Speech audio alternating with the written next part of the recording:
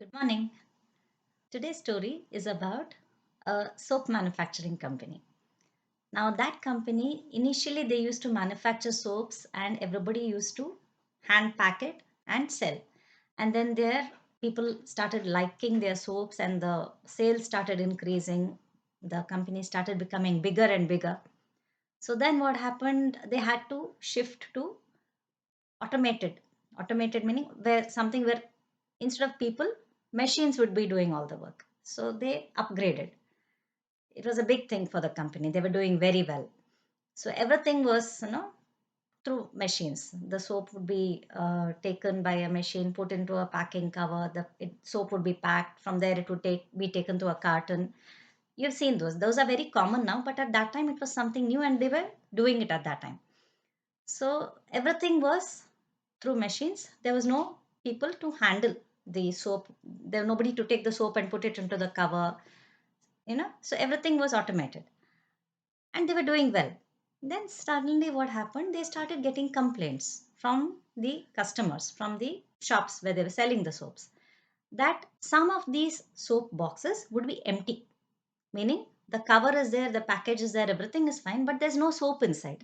So imagine, a person buys a soap and then they go home and see there's nothing inside. Naturally, it kind of dents the company's image, isn't it? So they started receiving complaints, somewhere something was going wrong. So they had a meeting, a board meeting. They would do that, right? When something is going wrong, you have to correct it. So how do you correct it? Everything is automated. There's no person handling this, so there's nobody they can blame. How do we correct it then?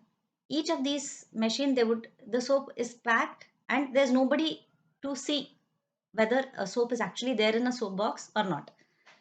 So they started brainstorming. They had to solve this problem because the company was, getting a bad image because of that, and they had to replace all these soaps. It was becoming a headache. So they sat and they started thinking how to correct it. Then they said, okay, maybe we should upgrade the machine. Maybe its warranty period, or we can call the manufacturers and ask them what is happening.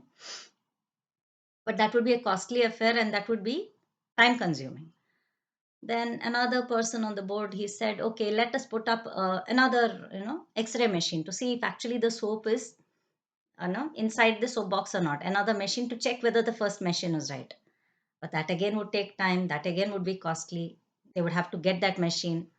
So not everybody was happy with that. Then they said, okay, let us put a person. One, everything is automated. Let us start appointing people again. So they will check if the soap is actually there or not in the soap box before the final packing. That also was not a very good idea. Nobody agreed to that. So, people were in that board of members. Everybody was thinking and trying to find solution.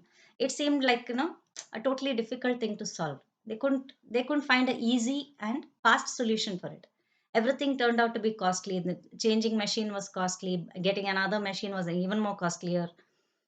So it went on like this, and finally one person said, "Okay, let us do one thing. We will put a soap is put into a box and it is carried in a trolley. You must have seen those, right? And then it is put into the large carton for packing." So he said, we will put a fan along the trolley. We will keep a large fan. The one without the soap, the box without the soap would be light, so it will fly off. The others with the soap will get carried on and then get put into the final packaging, the large cartons containing large number of soaps to be carried off to the market. For a minute, everybody thought, oh my God, okay, a large fan is no big deal, right? A large fan, just imagine there's a trolley going, one soap after another, and there's a fan here. So, blowing air, the light box without the soap gets blown off, and the other soaps continue and get packed. Everybody was thrilled. Such a simple solution, not costly, and immediately they can bring. Buying one fan is no big deal at all.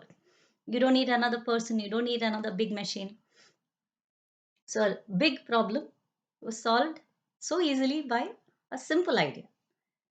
Most often, that is what happens. We think we have big problems, we think we have huge issues which need big solutions.